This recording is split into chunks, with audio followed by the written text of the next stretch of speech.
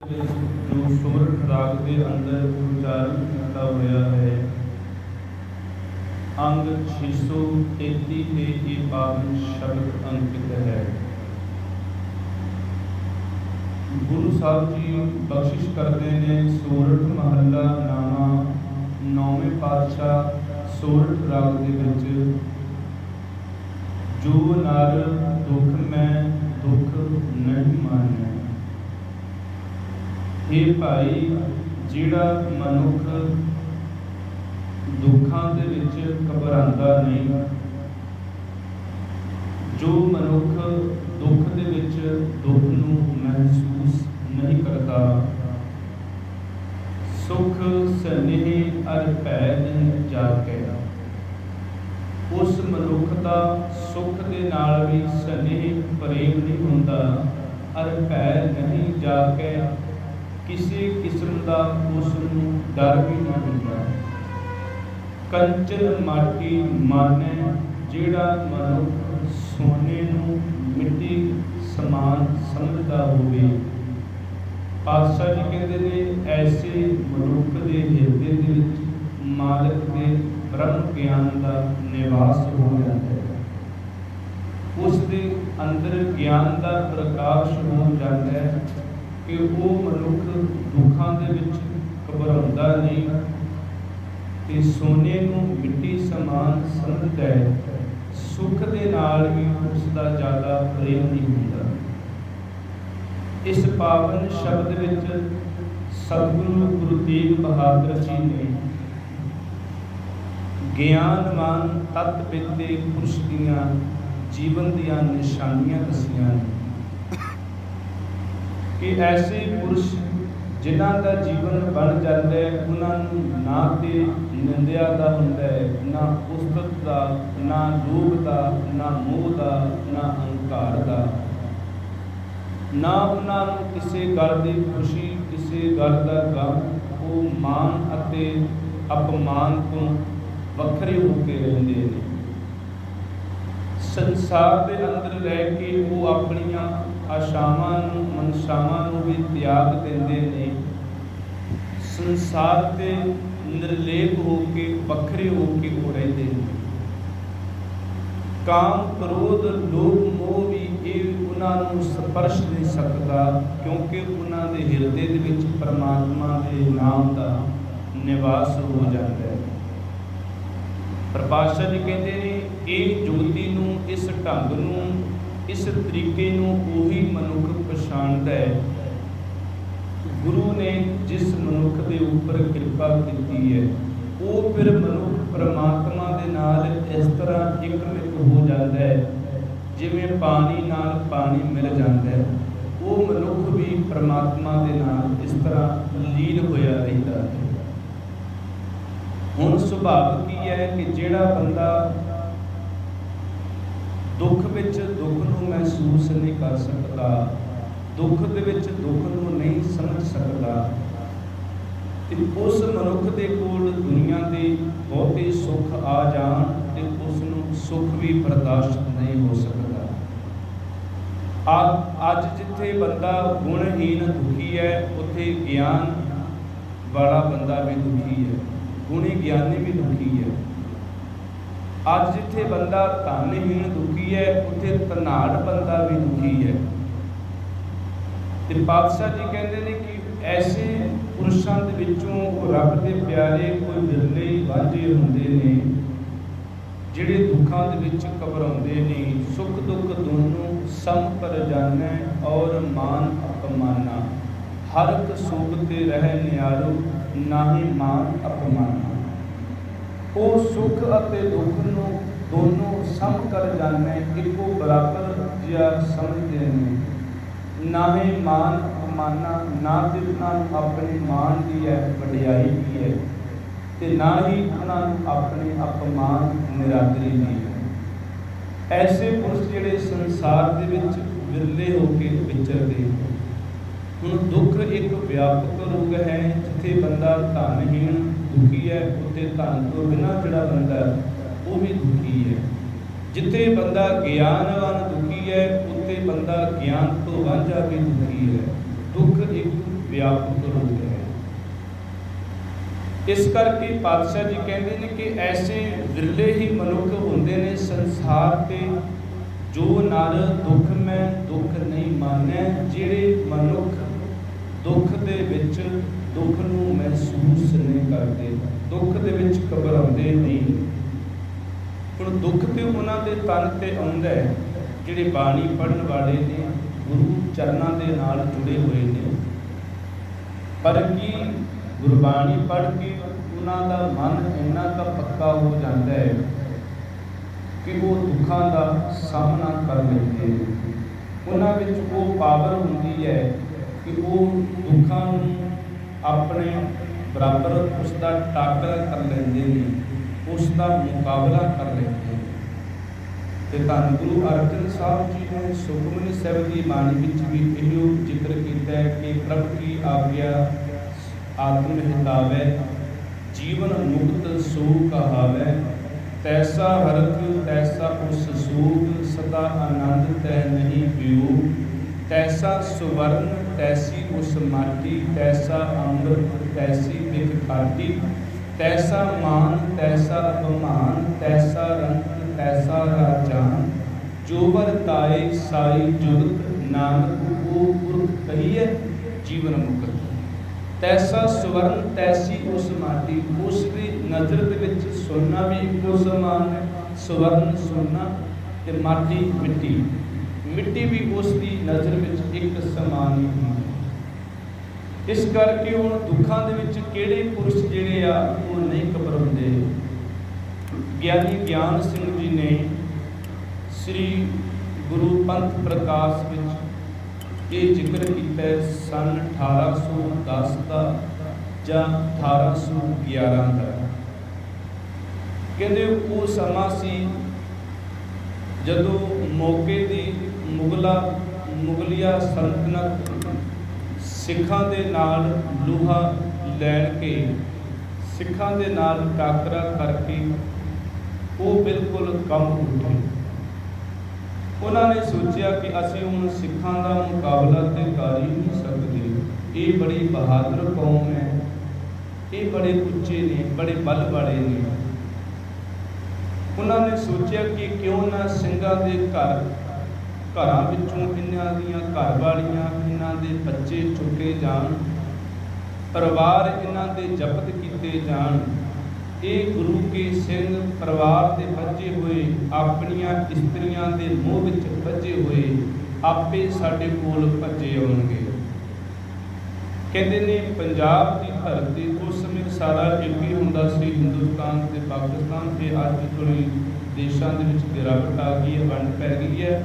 ਉਸ ਸਮੇਂ ਸਾਰਾ ਇੱਕੋ ਹੀ ਸੀ, ਪਾਕਿਸਤਾਨ ਤੋਂ ਲੈ ਕੇ ਸਾਰਾ ਪੰਜਾਬ, ਕੋਈ ਦੇਸ਼ਾਂ ਦੀ ਵੰਡਵਾਦੀ ਨਹੀਂ ਸੀ। ਕਹਿੰਦੇ ਨੇ ਪੰਜਾਬ ਦੀ ਧਰਤੀ ਤੋਂ ਕੱਲੇ ਕੱਲੇ ਪਿੰਡਾਂ ਵਿੱਚੋਂ ਧੀਆਂ ਭੈਣਾਂ ਨੂੰ ਇਕੱਠੇ ਕੀਤਾ, ਬੱਚਿਆਂ ਨੂੰ ਗੱਡਿਆਂ ਦੇ ਵਿੱਚ ਲੱਦ ਕੇ ਤੇ ਲਾਹੌਰ ਲਿਜਾਂਦੇ ਰਹੇ। ਆਪ ਜੀ ਦੇ ਗਿਆਨ ਵਾਸਤੇ ਇੱਕ ਗੁਰਦੁਆਰਾ ਸ਼ਹੀਦਗੰਜ ਮੁਸ਼ਕੀਆਣਾ ਸਾਹਿਬ, ਜੋ ਕਿ ਲੁਧਿਆਣੇ ਤੋਂ ਥੋੜ੍ਹੀ ਹੀ ਦੂਰ ਹੈ, ਮੁੱਲਾਂਪੁਰ ਦਾਖਾਂ ਉਹ ਪਿੰਡ ਵੱਜਦਾ। ਉੱਥੇ ਗੁਰੂ ਦੀਆਂ ਸਿੰਘਣੀਆਂ ਨੂੰ ਪਿੰਡਾਂ ਦੇ ਵਿੱਚੋਂ ਇਕੱਠੇ ਕਰਕੇ ਲਿਆਂਦਾ ਜਾਂਦਾ।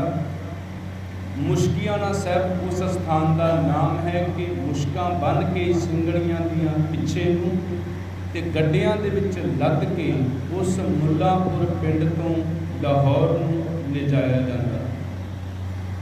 ਹੁਣ ਕਹਿੰਦੇ ਨੇ ਈਦ ਵਾਲੇ ਦਿਨ ਮੀਰ ਮਨੂੰ ਨੇ ਉਸੇ ਹੀ ਸ਼ਹੀਦਗੰਜ ਮੁਸ਼ਕੀਆਣਾ ਸਾਹਿਬ ਦੇ ਅਸਥਾਨ ਤੇ 1300 ਧੀਆਂ ਭੈਣਾਂ ਨੂੰ ਜ਼ਮੀਨ ਵਿੱਚ ਗੱਡ ਕੇ ਸ਼ਹੀਦ ਕਰ ਦਿੱਤਾ ਸੀ, ਖਤਮ ਕਰ ਦਿੱਤਾ ਸੀ ਈਦ ਵਾਲੇ ਦਿਨ। ਹੁਣ ਕਹਿੰਦੇ ਨੇ ਧੀਆਂ ਭੈਣਾਂ ਨੂੰ ਲਾਹੌਰ ਇਹ ਗੱਡਿਆਂ ਦੇ ਵਿੱਚ ਪਿੱਛੇ ਉਹਨਾਂ ਦੀਆਂ ਬਾਹਾਂ ਬੰਨ੍ਹ ਕੇ, ਮੁਸ਼ਕਾਂ ਪਿੱਛੇ ਬੰਨ੍ਹ ਕੇ ਗੱਡਿਆਂ ਦੇ ਵਿੱਚ ਲੱਦ ਕੇ ਲਾਹੌਰ ਉਹਨਾਂ ਨੂੰ ਲਿਜਾਇਆ ਜਾਂਦਾ। ਲਾਹੌਰ ਜਾ ਕੇ ਉੱਥੇ ਉਹਨਾਂ ਨੂੰ ਕਿਲੇ ਦੇ ਵਿੱਚ ਕਾਲ ਕੋਠੜੀਆਂ ਦੇ ਵਿੱਚ ਕੈਦ ਕਰ ਦਿੱਤਾ। ਮੀਰ ਮਨੂੰ ਨੇ ਉਹਨਾਂ ਮਹਾਨ ਸਿੱਖ ਬੀਬੀਆਂ ਦੇ ਉੱਤੇ ਬਹੁਤ ਜ਼ੁਲਮ ਕੀਤੇ। ਛਕਣ ਵਾਸਤੇ ਕਿਸੇ ਨੂੰ ਪ੍ਰਸ਼ਾਦਾ ਪਾਣੀ ਨਹੀਂ ਦਿੱਤਾ। ਕਿਸੇ ਧੀ ਦੀ ਝੋਲੀ ਵਿੱਚ 6 ਮਹੀਨੇ ਦਾ ਬੱਚਾ ਹੈ, ਕਿਸੇ ਦੀ ਝੋਲੀ ਵਿੱਚ 3 ਮਹੀਨੇ ਦਾ, ਕਿਸੇ ਦੀ ਝੋਲੀ ਵਿੱਚ 1 ਸਾਲ ਦਾ ਬੱਚਾ ਹੈ। ਉਸ ਜ਼ਾਲਮ ਸਰਕਾਰ ਨੇ ਛਕਣ ਵਾਸਤੇ ਪ੍ਰਸ਼ਾਦਾ ਪਾਣੀ ਨਹੀਂ ਦਿੱਤਾ। ਹੁਣ ਬੱਚੇ ਵੀ ਭੁੱਖ ਦੇ ਨਾਲ ਤਿਹਾਕਲ ਹੋ ਕੇ ਉਹ ਵੀ ਰੋਂਦੇ ਨੇ। ਹੁਣ ਮਾਵਾਂ ਕੁਝ ਛਕਣਗੀਆਂ ਪ੍ਰਸ਼ਾਦਾ ਪਾਣੀ ਤੇ ਤਾਂ ਹੀ ਉਹਨਾਂ ਨੂੰ ਦੁੱਧ ਆਵੇਗਾ ਕਿ ਉਹ ਆਪਣੇ ਬੱਚਿਆਂ ਨੂੰ ਦੁੱਧ ਪਿਆ ਸਕਣਗੀਆਂ। ਨਹੀਂ ਤੇ ਭੁੱਖ ਦੇ ਮਾਰੇ ਮਾਂ ਵੀ ਭੁੱਖੀ ਹੈ ਤੇ ਬੱਚਾ ਵੀ ਭੁੱਖਾ ਹੈ। ਉੱਥੇ ਕਹਿੰਦੇ ਨੇ ਮੀਰ ਮਨੂੰ ਨੇ 1.25 ਮਣ ਦੇ ਤੀਸਰੇ ਮਾਈਆਂ ਨੂੰ ਦਿੱਤੇ। 1.25 ਮਣ ਵੀ 2 ਤਰ੍ਹਾਂ ਦਾ ਹੁੰਦਾ, ਇੱਕ ਕੱਚਾ ਹੁੰਦਾ, ਇੱਕ ਪੱਕਾ ਹੁੰਦਾ। 1.25 ਮਣ ਦੇ ਤੀਸਰੇ ਮੀਰ ਮਨੂੰ ਨੇ ਉਹਨਾਂ ਮਾਈਆਂ ਨੂੰ ਚੱਕੀਆਂ ਪੀਣ ਵਾਸਤੇ ਦੇ ਦਿੱਤੀਆਂ ਕਿ ਆਹ ਲਓ, ਸਵੇਰ ਤੋਂ ਲੈ ਕੇ ਸ਼ਾਮ ਤੱਕ ਤੁਸੀਂ 1.25 ਮਣ ਅਨਾਜ ਪੀਣਾ ਹੀ ਪੀਣਾ ਤੇ ਛਕਣ ਵਾਸਤੇ ਇੱਕ ਪ੍ਰਸ਼ਾਦਾ ਅਤੇ ਇੱਕ ਪਾਣੀ ਦਾ ਪਿਆਲਾ ਉਹਨਾਂ ਨੂੰ ਦਿੱਤਾ ਜਾਂਦਾ। ਹੁਣ ਜਿਹੜੀ ਕੋਈ ਬਜ਼ੁਰਗ ਮਾਂ ਸੀ, ਜਿਹੜੀ 60-65 ਸਾਲ ਦੀ ਸੀ, ਉਹ ਕਹਿੰਦੀ ਸੀ ਬੱਚੇ ਵਾਲੀ ਨੂੰ, ਕਹਿੰਦੀ ਧੀਏ ਆ ਲੈ, ਤੂੰ ਇਹ ਰੋਟੀ ਖਾ ਲੈ, ਤੂੰ ਖਾਏਂਗੀ ਤੇ ਤੇਰੇ ਦੁੱਧ ਆਵੇਗਾ ਤੇ ਇਹ ਬੱਚਾ ਤੇਰਾ ਰੱਜ ਜਾਵੇਗਾ। ਉਹ ਅੱਗੋਂ ਨੌਜਵਾਨ ਧੀ ਕਹਿੰਦੀ ਮਾਂ ਮੈਂ ਤੇ ਇਹ ਕਸ਼ਟ ਸਹਾਰ ਲਵਾਂਗੀ, ਕੋਈ ਗੱਲ ਨਹੀਂ, ਪਰ ਤੇਰਾ ਇਸ ਉਮਰ ਵਿੱਚ ਪ੍ਰਸ਼ਾਦਾ ਛਕਣਾ ਬਹੁਤ ਜ਼ਰੂਰੀ ਹੈ। ਕਹਿੰਦੇ ਨੇ 1.25 ਮਣ ਦੇ ਪੀਸ ਨੇ ਦਿੱਤੇ। ਇੱਕ ਰੋਟੀ ਛਕਣ ਵਾਸਤੇ ਖੰਨੀ ਰੋਟੀ ਤੇ ਉਹਨਾਂ ਨੇ ਗੁਜ਼ਾਰਾ ਕੀਤਾ। ਅੱਧੀ ਰੋਟੀ ਇੱਕ ਦੂਜੇ ਨੂੰ ਵੰਡ ਕੇ ਉਹ ਛਕ ਲੀਆਂ ਕਰਦੀਆਂ। ਉਹ ਸਾਡੀਆਂ ਬੀਬੀਆਂ ਛਕ ਲੈਂਦੀਆਂ। ਹੁਣ ਮੀਰ ਮਨੂੰ ਨੇ ਆਪਣੀ ਗੱਲ ਵੀ ਦੁਹਰਾਈ ਕਿ ਭਾਈ ਆਪਣਾ ਸਿੱਖ ਧਰਮ ਤੁਸੀਂ ਤਿਆਗ ਦਿਓ, ਛੱਡ ਦਿਓ, ਤੁਹਾਡੀਆਂ ਜਾਨਾਂ ਬਖਸ਼ੀਆਂ ਜਾਣਗੀਆਂ। ਇੱਕ ਦਿਨ ਕਹਿੰਦੇ ਨੇ ਮੀਰ ਮਨੂੰ ਆ ਕੇ ਉਹਨਾਂ ਬੀਬੀਆਂ ਨੂੰ ਕਹਿਣ ਲੱਗਾ ਕਿ ਐ ਗੁਰੂ ਪੀਓ ਸਿੰਘਣੀਓ, ਤੁਸੀਂ ਜਿਸ ਖਾਲਸੇ ਦੇ ਘਰ ਵਾਲੀਆਂ ਹੋ, ਉਹ ਤੁਹਾਡਾ ਖਾਲਸਾ ਤੇ ਘਰਾਂ ਤੋਂ ਉੱਜੜ ਕੇ ਜੰਗਲਾਂ ਵਿੱਚ ਬੈਠਾ ਹੋਇਆ, ਘਿਰਿਆ ਹੋਇਆ। ਉਹਨਾਂ ਦੇ ਕੋਲ ਕੋਈ ਆਪਣਾ ਘਰ ਘਾਟ ਹੈ ਨਹੀਂ। ਉਹ ਤੁਹਾਨੂੰ ਕਿੱਥੇ ਰੱਖਣਗੇ, ਤੁਹਾਨੂੰ ਉਹ ਕਿੱਥੇ ਥਾਂ ਦੇਣਗੇ।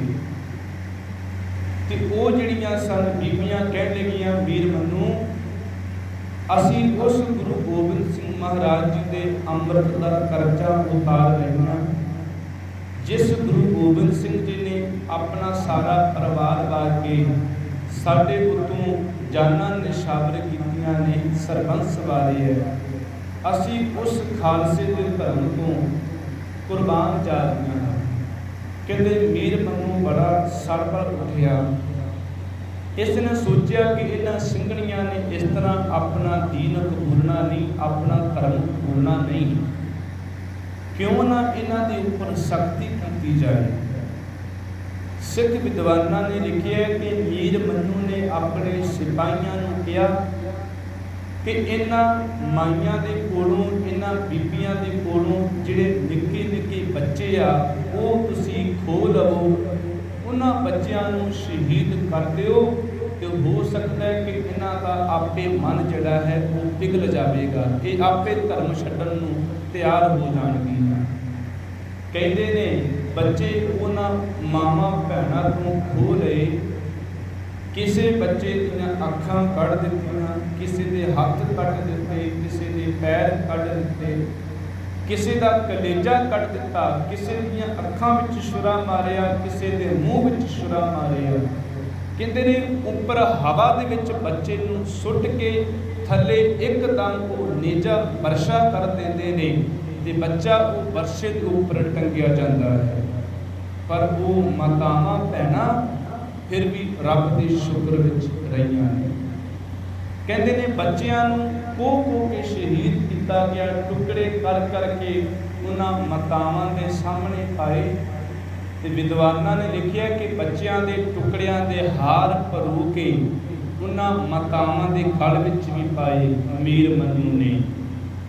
ਤੇ ਸ਼ਾਮ ਵੇਲੇ ਕਹਿੰਦੇ ਜਦੋਂ ਸੋਦਰ ਦਾ ਸਮਾਂ ਹੋਇਆ ਤੇ ਉਹਨਾਂ ਮਾਤਾਵਾਂ ਭੈਣਾਂ ਨੇ ਰਲ ਮਿਲ ਕੇ ਸ੍ਰੀ ਸੋਦਰ ਦਾ ਰਹਿਰਾਸ ਸਾਹਿਬ ਜੀ ਦਾ ਪਾਠ ਕੀਤਾ ਤੇ ਗੁਰੂ ਅੱਗੇ ਅਰਦਾਸ ਕੀਤੀ ਕਿ ਮਾਲਕ ਜੀ ਤੇਰੀ ਕਿਰਪਾ ਦੇ ਨਾਲ 4 ਪਹਿਰ ਦਿਨ ਚੜ੍ਹਿਆ ਸੀ ਤੇ ਸੁਖ ਸ਼ਾਂਤੀ ਦੇ ਨਾਲ ਬਤੀਤ ਹੋਇਆ। ਅੱਜ ਤੇਰੀ ਕਿਰਪਾ ਦੇ ਨਾਲ 4 ਪਹਿਰ ਰਹਿਣ ਆਈ ਹੈ, ਆਪਣੇ ਭਾਣੇ ਅੰਦਰ ਸੁਖ ਸ਼ਾਂਤੀ ਦੇ ਨਾਲ ਬਤੀਤ ਕਰੋਗੀ। ਮੀਰ ਮਨੂੰ ਨੇ ਆਪਣੇ ਕਿਸੇ ਮੁਰੀਦ ਨੂੰ ਆਪਣੇ ਸਿਪਾਹੀ ਨੂੰ ਭੇਜਿਆ ਕਿ ਜਾ ਇਸ ਵੇਲੇ ਤੇ ਉਹ ਮਾਤਾਵਾਂ ਰੋਂਦੀਆਂ ਹੋਣਗੀਆਂ ਆਪਣੇ ਗਲਾਂ ਦੇ ਵਿੱਚ ਪੁੱਤਰਾਂ ਦੇ ਹਾਰ ਵੇਖ ਕੇ, ਜਾ ਤੂੰ ਵੇਖ ਕੇ ਆ। ਕਹਿੰਦੇ ਨੇ ਉਹ ਜਦੋਂ ਬੱਚਾ ਉਹ ਸਿਪਾਹੀ ਜਦੋਂ ਦੇਖਣ ਗਿਆ ਮਾਤਾਵਾਂ ਦਾ ਹਾਰ ਤੇ ਉਹ ਮਾਤਾਵਾਂ ਉਸ ਗੁਰੂ ਗੋਬਿੰਦ ਸਿੰਘ ਜੀ ਦੇ ਸ਼ੁਕਰ ਵਿੱਚ ਹੋ ਕੇ ਗੁਜ਼ਰ ਰਹੀਆਂ ਨੇ। ਇਹ ਅਰਦਾਸ ਕਰਦੀਆਂ ਪਈਆਂ ਨੇ ਕਿ ਮਾਲਕ ਜੀ ਸਾਡੇ ਬੱਚਿਆਂ ਦੀ ਸਿੱਖੀ ਕੇਸਾਂ ਸਵਾਸਾਂ ਸੰਗ ਦੇ ਨਾਲ ਨਿਭ ਗਈ ਹੈ, ਇਹਨਾਂ ਨੂੰ ਤੁਸੀਂ ਆਪਣੇ ਚਰਨਾਂ ਵਿੱਚ ਟਿਕਾ ਲਓ।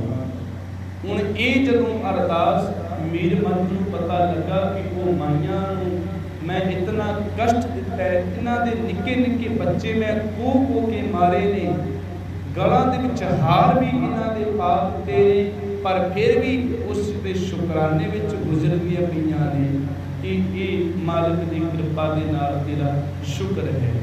ਇੱਕ ਹੋਰ ਘਟਨਾ ਜਦੋਂ ਸੰਨ 1762 5 ਫਰਵਰੀ ਨੂੰ ਵੱਡਾ ਘੱਲੂਘਾਰਾ ਹੁੰਦਾ ਹੈ ਕੁੱਪਰ ਹੀੜੇ ਦੇ ਮੈਦਾਨ ਵਿੱਚ, ਜਦੋਂ ਸਿੰਘ ਬਚੇ ਹੋਏ ਬਡੈਲ ਪਿੰਡ ਬਰਨਾਲੇ ਦੇ ਲਾਗੇ ਜਦੋਂ ਪਹੁੰਚਦੇ ਨੇ ਉੱਥੇ ਸ਼ਾਮ ਦਾ ਵੇਲਾ ਹੋ ਜਾਂਦਾ ਹੈ। ਸ਼ਾਮ ਨੂੰ ਜਦੋਂ ਉੱਥੇ ਪਹੁੰਚ ਜਾਂਦੇ ਨੇ ਤੇ ਸੋਦਰ ਦਾ ਸਮਾਂ ਹੋ ਜਾਂਦਾ ਹੈ। ਅਰਦਾਸ ਕਰਦੇ ਨੇ ਮਾਲਕ ਜੀ ਤੇਰੀ ਕਿਰਪਾ ਦੇ ਨਾਲ 4 ਪਹਿਰ ਦਿਨ ਚੜ੍ਹਿਆ ਸੀ, ਸੁਖ ਸ਼ਾਂਤੀ ਦੇ ਨਾਲ ਬਤੀਤ ਹੋਇਆ। ਹਾਲਾਂਕਿ ਇੱਕ ਦਿਨ ਵਿੱਚ 35,000 ਸਿੰਘੜੀਆਂ ਦੀ ਸ਼ਹੀਦੀ ਹੋਈ ਹੈ। ਇੱਕ ਦਿਨ 5 ਫਰਵਰੀ ਸੰਨ 1762 ਨੂੰ 35,000 ਇੱਕ ਦਿਨ ਵਿੱਚ ਸ਼ਹੀਦਾਂ ਸਿੰਘੜੀਆਂ ਦੀਆਂ ਸ਼ਹੀਦੀਆਂ ਹੋਈਆਂ, ਭਾਵ ਕਿ ਅੱਧੀ ਕੌਮ ਖਤਮ ਹੋ ਗਈ। ਪਰ ਸ਼ਾਮ ਵੇਲੇ ਉਹ ਫਿਰ ਵੀ ਅਰਦਾਸ ਕਰਦੇ ਨੇ ਕਿ ਮਾਲਕ ਜੀ ਤੇਰੀ ਕਿਰਪਾ ਦੇ ਨਾਲ 4 ਪਹਿਰ ਦਿਨ ਚੜ੍ਹਿਆ ਸੀ ਤੇ ਸੁਖ ਸ਼ਾਂਤੀ ਦੇ ਨਾਲ ਬਤੀਤ ਹੋਇਆ। 4 ਪਹਿਰ ਰਹਿਣ ਆਈ ਹੈ, ਆਪਣੇ ਭਾਣੇ ਅੰਦਰ ਸੁਖ ਸ਼ਾਂਤੀ ਦੇ ਨਾਲ ਬਤੀਤ ਕਰੋ। ਕਿੰਨਾ ਸ਼ੁਕਰਗੁਜ਼ਾਰ ਹੈ ਮਾਲਕ ਦਾ। ਔਰ ਮੀਰ ਮਨੂੰ ਨੇ ਸੋਚਿਆ ਕਿ ਇਹਨਾਂ ਮਾਈਆਂ ਨੇ ਇਸ ਤਰ੍ਹਾਂ ਨਹੀਂ ਮੰਨਣਾ ਕਿ ਕਿਉਂ ਨਾ ਮੈਂ ਇਹਨਾਂ ਦੇ ਉੱਪਰ ਸਖਤੀ ਕਰਾਂ। ਵਿਦਵਾਨਾਂ ਨੇ ਇਹ ਵੀ ਲਿਖਿਆ ਹੈ ਕਿ ਉਸ ਮਾਈਆਂ ਦੇ ਵਿੱਚ ਭਾਈ ਮਨੀ ਸਿੰਘ ਜੀ ਦੇ ਮਹਿਲ ਮਾਤਾ ਬਸੰਤ ਕੌਰ ਵੀ ਵਿੱਚ ਹੀ ਸਨ। ਇੱਕ ਬੀਬੀ ਸੂਰਤੀ ਜਿਹੜੇ ਕਹਿੰਦੇ ਨੇ ਉਹਨਾਂ ਦਾ ਰੂਪ ਬਹੁਤ ਸੁੰਦਰ ਸੀ, ਬਾਣੀ ਦਾ ਤੇਜ ਪ੍ਰਤਾਪ ਉਹਨਾਂ ਦੇ ਚਿਹਰੇ ਤੇ ਬਹੁਤ ਸੀ। ਕਾਜੀ ਦਾ ਮਨ ਉਸ ਬੀਬੀ ਸੂਰਤੀ ਕੌਰ ਦੇ ਉੱਤੇ ਮੋਹਿਤ ਹੋ ਗਿਆ। ਕਹਿਣ ਲੱਗਾ ਕਿ ਇਹ ਬੀਬੀਏ ਆਪਣੀ ਜਾਨ ਨੂੰ ਕਿਉਂ ਅਜ਼ਾਈ ਗਵਾ ਰਹੀ ਹੈ, ਆ ਮੇਰੇ ਘਰ ਆ, ਮੇਰੇ ਨਾਲ ਨਿਕਾਹ ਕਰਾ ਤੇ ਤੈਨੂੰ ਜ਼ਿੰਦਗੀ ਦੇ ਸਾਰੇ ਸੁੱਖ ਆਰਾਮ ਮਿਲਣਗੇ। ਕਹਿੰਦੇ ਨੇ ਉਸ ਬੀਬੀ ਸੂਰਤੀ ਨੇ ਮੀਰ ਮਨੂੰ ਦੇ ਕਾਜੀ ਦੀਆਂ ਦਿੱਤੀਆਂ ਸਾਰੀਆਂ ਸ਼ੋਹਰਤਾਂ ਠੁਕਰਾ ਦਿੱਤੀਆਂ ਕਿ ਆਪਣੇ ਸਿੱਖ ਧਰਮ ਤੋਂ ਮੈਂ ਵਾਂਝੀ ਹੋ ਕੇ ਤੇਰੀ ਜਾਲ ਵਿੱਚ ਫਸ ਕੇ ਮੈਂ ਮਰਨਾ ਨਹੀਂ ਚਾਹੁੰਦੀ। ਜੇ ਮੈਨੂੰ ਕਲਗੀਧਰ ਪਾਤਸ਼ਾਹ ਜੀ ਨੇ ਸਿੱਖੀ ਬਖਸ਼ੀ ਹੈ ਤੇ ਮੈਂ ਹੱਸ ਹੱਸ ਕੇ ਸ਼ਹੀਦੀ ਪਾਵਾਂਗੀ, ਸਿੱਖ ਧਰਮ ਦੇ ਮੁਤਾਬਕ ਸ਼ਹੀਦ ਹੋਵਾਂਗੀ। ਕਹਿੰਦੇ ਮੀਰ ਮਨੂੰ ਹਾਰ ਕੇ ਥੱਕ ਕੇ ਰਹਿ ਗਿਆ। ਉਸ ਨੇ ਫਿਰ ਉਹਨਾਂ ਮਾਈਆਂ ਨੂੰ ਕੋਰੜੇ ਮਾਰ ਮਾਰ ਕੇ ਸ਼ਹੀਦ ਕੀਤਾ, ਕੋਰੜੇ ਮਾਰ ਮਾਰ ਕੇ ਨਿਢਾਲ ਕਰ ਦਿੱਤਾ, ਕਿਉਂਕਿ ਉਹ ਮਾਈਆਂ ਆਪਣੇ ਧਰਮ ਦੇ ਵਿੱਚ ਬਹੁਤ ਪੱਕੀਆਂ ਸਨ, ਬਹੁਤ ਨਿਰਾਲਾਪਨ ਸੀ ਉਸ ਧਰਮ ਦੇ ਵਿੱਚ। ਤੇ ਬਾਅਦ ਵਿੱਚ ਕਹਿੰਦੇ ਨੇ ਮੀਰ ਮਨੂੰ ਦੀ ਮੌਤ ਹੋ ਗਈ। ਉਸ ਦੀ ਘਰਵਾਲੀ ਮੁਰਾਦ ਬੇਗਮ ਉਹ ਉਸ ਦੇ ਸਿੰਘਾਸਨ ਤੇ ਬੈਠਦੀ ਹੈ।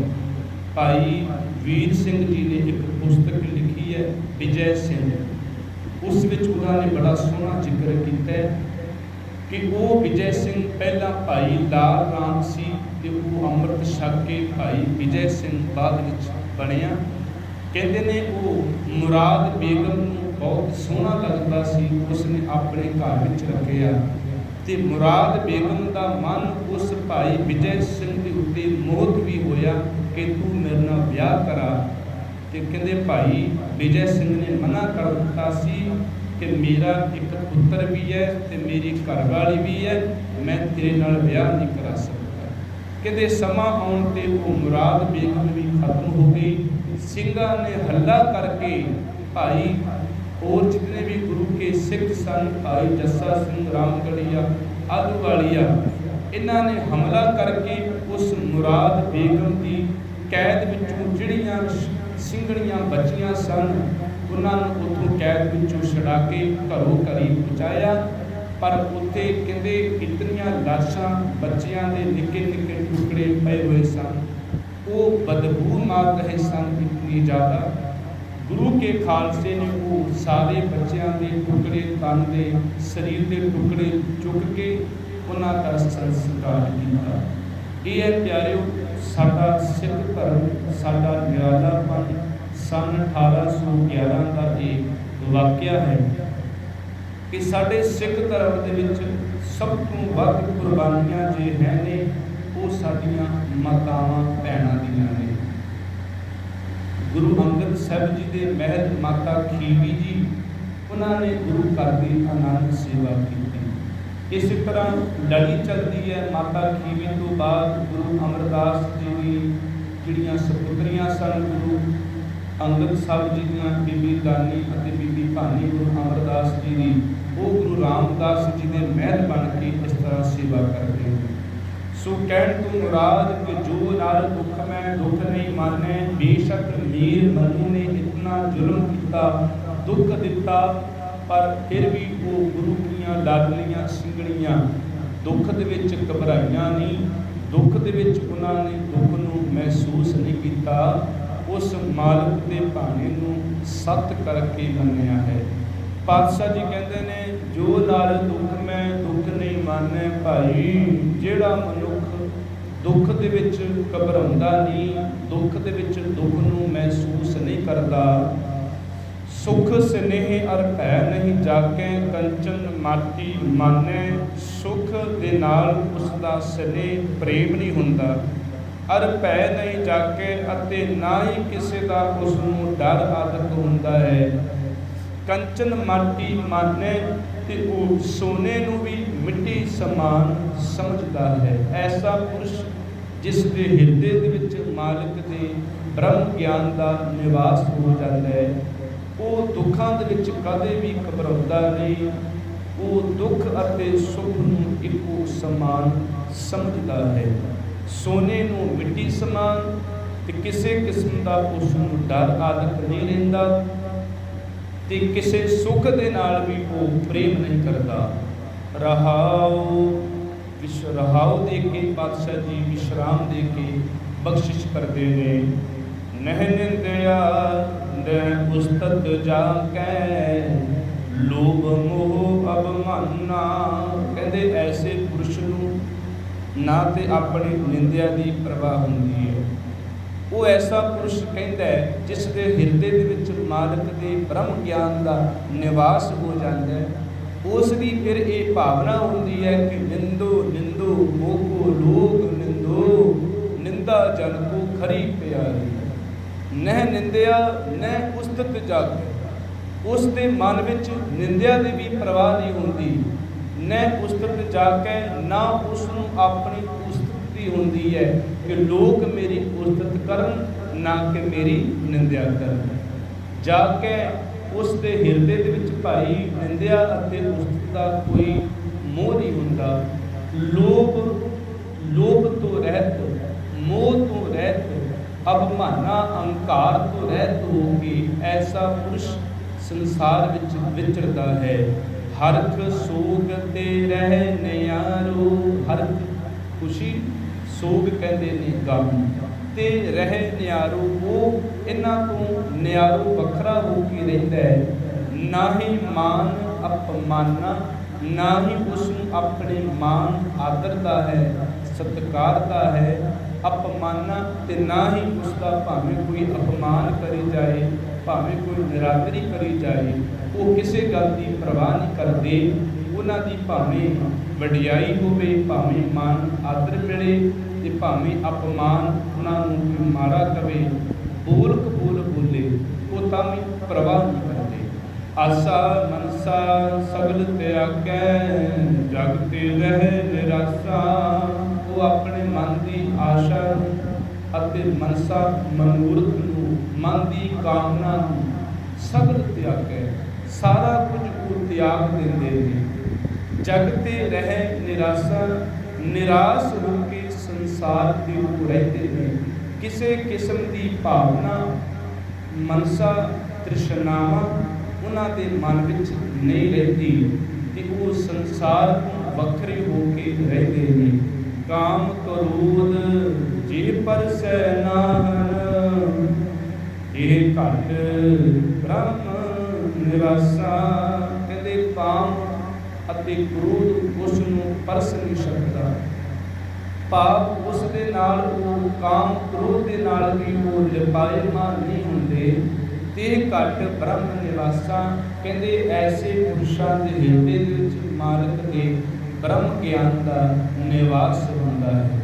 ये सच है, जिन्हां दे हिरदे दे विच गुरु दे ब्रह्म ज्ञान का निवास हो जाता है, उन्हां नूं ना ते अपनी मान का अते ना अपमान का, खुशियां गमियां तो, अहंकार तो, लोभ तो, मोह तो, निंदिया तो, उस्तत तो वो निर्लेप होके वखरे होके रहते।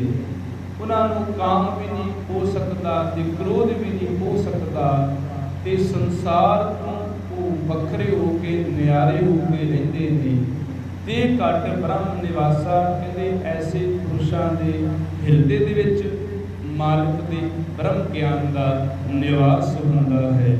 गुर कृपा जिह नर को कीनी, एह जुगत पछानी। कहते गुरु ने जिस मनुख के उत्ते कृपा की है, मेहर की है, ते यह जुगत पछानी। कहते उस मनुख ने यह जुगती नूं, इस तरीके नूं, इस ढंग नूं पछाणिया है। नानक लीन पयो गोबिंद स्यों, ज्यों पानी संग पानी। हे नानक, वो मनुख परमात्मा दे नाल किवें लीन हो जाते ने, जिवें पानी नाल पानी मिल जाता है, ते वो सेवक परमात्मा दे नाल मिल के इवें इकमिक हो जाते हैं, जिवें पानी पानी दे नाल मिल के एक हो जाता है। ते एवें रब दे प्यारे भी उस परमात्मा दे नाल मिले रहते हैं। गुरु कृपा करे इलाही बाणी की विचार साडे विचार विच वसे, गुरबाणी के मुताबिक अपना जीवन ढालीए ते लोक सुखीआ परलोक सुहेला बनाइए। शब्द के विचार करते हैं, इतिहासक विचार करते हैं, बेअंत प्रकार दीआं भुलां चुकां होईआं होणगीआं। सतगुरु गुरु ग्रंथ साहब जी गुरु की संगत बख्शण योग है। सारियां संगतां दा बहुत बहुत धन्यवाद। सारियां नूं जी आਇਆਂ नूं आख्या जाता है। आओ दो पंक्तियां पढ़ के समाप्ति करिए। गुर कृपा जिह नर को कीनी, तिह एह जुगत पछानी। नानक लीन भयो गोबिंद स्यों, ज्यों पानी संग पानी। वाहिगुरु जी का खालसा, वाहिगुरु जी की फतेह। एक ओंकार सतनाम करता पुरख निर्भउ निर्वैर अकाल मूरत अजूनी सैभं गुर प्रसाद। जप आद सच जुगाद सच है भी सच, नानक होसी भी सच। एक ओंकार